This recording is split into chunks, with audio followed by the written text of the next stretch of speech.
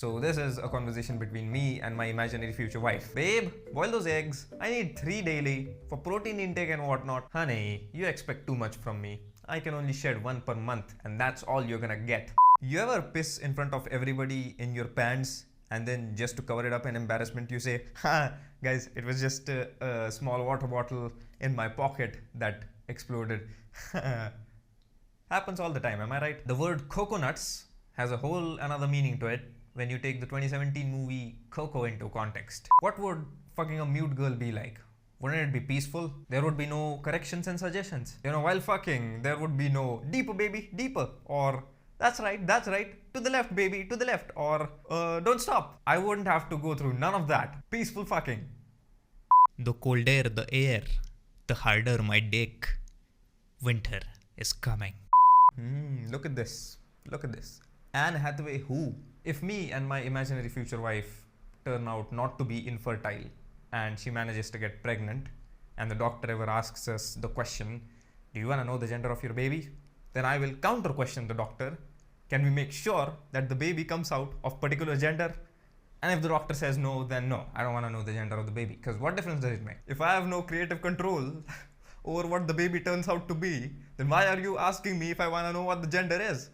I will know what the gender is after it comes out. After I dropped out from my senior high school, fighting with my parents is my full-time job nowadays. In my defense, they attack my self-esteem and make me think less of myself. In their defense, I'm gonna be unemployed for my whole life and I have just dropped out of college. In my defense, I don't drink, smoke or hook up. I only work. In their defense, I'm gonna be unemployed for my whole life and I've just dropped out of college. Indian parents should stop expecting so much from their kid. Dude, Indian parents, they expect so much from you. Even Apple doesn't expect as much from its own products. NASA doesn't expect its rockets to be this successful. But Indian parents, they expect their kid to be a doctor, an engineer, and Elon Musk, all by age 22. Too much expectations, damn it. The only thing that will shut my parents up now is millions of views on YouTube. So you guys, do your part.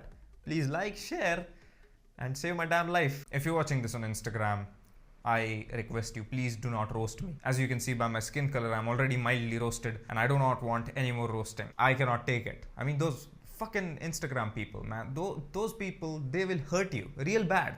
Painful comments. And the reason why those comments hurt so bad is because there is some part of truth in them. So if you're watching this on Instagram, I urge you, do not roast me. I cannot take it. Alright, so here's the joke that I'm probably gonna get fucked in my ass for in Instagram comments. Alright, so when I can afford therapy, then I will go to therapy and I will just give one-word answers to her. It's always a her. I want to see what happens. It will drive her crazy. Just one-word answers, nothing else. What's on your mind today, Rana? Nothing? Well, I'm gonna need you to say more than that, Rana. No. It'll be so much fun teasing her, pulling her leg, you know, fucking with her. Those figures of speeches. So all the therapists in the world, you wish I stay broke. So what I'm about to tell you is a joke that has been told in generations after generation in my family. I told it to my father told it to my wait a second, what the fuck? So my grandfather told it to my father and my father passed it down to me. So this is how the joke goes, right? And most of you must have already heard it. 4 friends go on an adventure deep in a forest. There, they get caught by a tribe, right? A primitive tribe. Now this tribe imprisons them and the tribe leader tells them that you'll all be killed. Then all of these 4 friends cry and beg for mercy. Please free us, free us. Then the tribe leader finds in himself some mercy and he tells them that all 4 of you have to go on 4 different parts of the forest and bring me 4 different kinds of fruits. One has to bring one kind of fruit. And of course, when these friends are dispersed into the forest, they are accompanied by some tribe men so that they don't escape. Now the first friend returns with 10 apples and he says to the tribe leader, now, please, can I leave now? Please, can I leave now? The tribe leader says, yes, you can. But before that, you have to put all these 10 apples in your ass.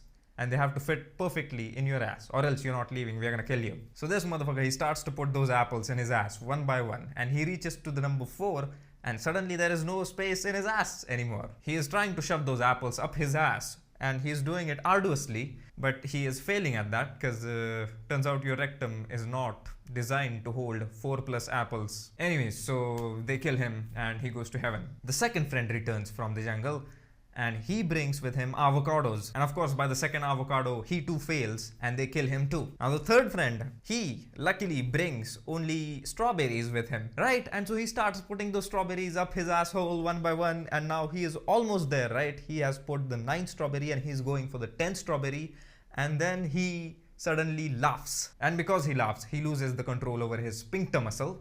And so all of 9 strawberries fall out of his ass and they kill him too, right? Close call. Now these 3 friends, they meet in heaven, right? And so the 2 friends who died earlier, they start to make fun of this guy, third guy. Why the fuck did you laugh, dude? You were almost there, you escaped. Why the hell did you laugh? Both of them are very curious as to why he laughed. And so the third friend, he replies, well guys, I had to laugh.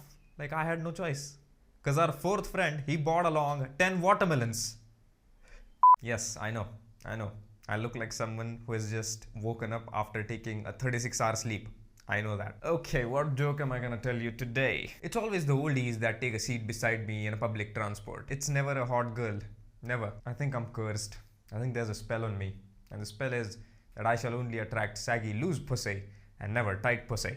My postpartum 35-year-old future wife is gonna hate me for doing this video. Babe, if you're watching this in future and if humans are still around, after the World War III ends, I am sorry I had to do it.